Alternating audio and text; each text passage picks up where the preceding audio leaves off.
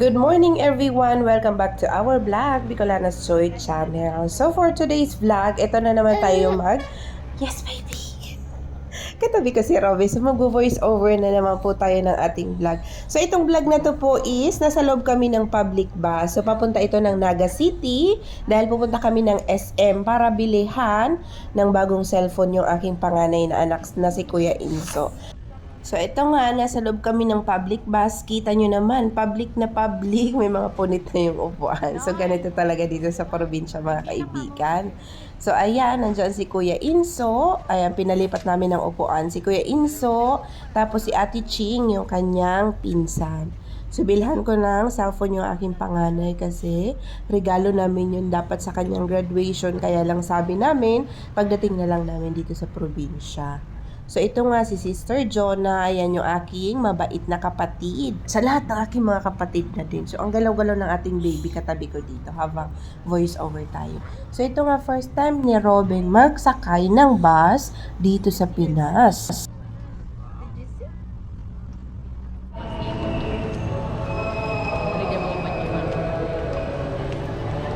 Hello to the vlog!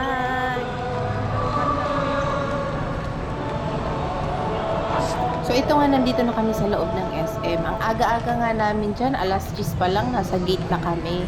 Pero pinapasok na kami kasi sa grocery store kasi yung punta namin. And bukas na daw yung grocery store. Kaya ayan, nag-iikot-ikot na kami dyan.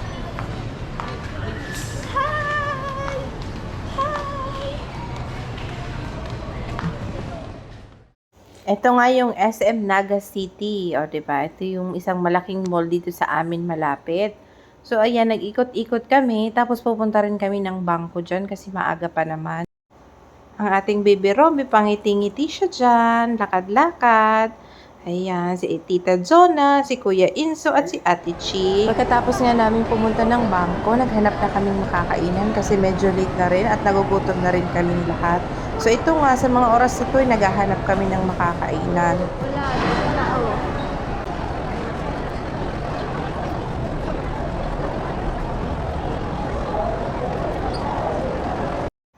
Ito nga, naglalakad kami habang naghahanap ng makakainan. So, ito nga yung aking panganay na anak, si Inso. Ayan, gusto ko nga sana siyang hawakan, o, diba? Kaya lang, dahil teenager na, nahihiya nang magpahawak sa mama. O, kita mo naman, parang kapatid ko na lang yung anak ko, diba? Halos magkasing tangkad na kami. Mahiyain talaga tong panganay kong anak na si Kuya Inso. O, ayan nga, ako yung walang hiya, o, diba? Para ngayon lang nakapasok ng SM. So, ito nga yung napuntahan naming kainan, KFC. O, diba? Kasi merong chicken, tapos yung nagustuhan ko sa kanila yung kanilang mushroom soup.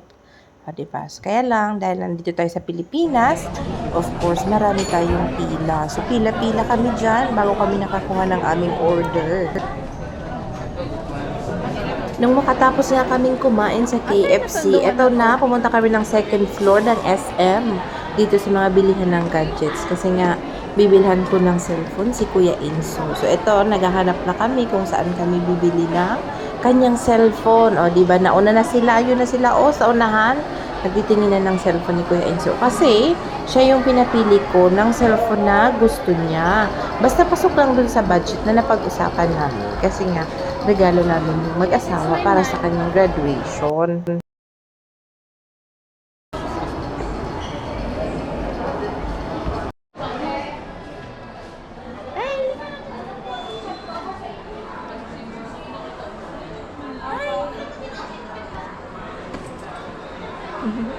Dito nga nakahanap na kami ng mabibilhan ng cellphone. So, hinayaan ko silang magtingin ng cellphone since si Inso naman yung pumili ng gusto niyang cellphone. So, ayan si tita niya, siya yung nagtitingin kung magiging okay ba. So, ito nga, nauupo muna ako.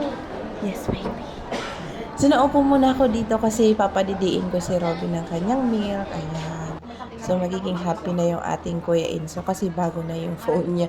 Pero ayan, napagod na yata sa kalalakad kaya ayan, nakaupo na siya dyan. Yan lang po yung ating vlog for today. See you po next time. Ingat tayong lahat.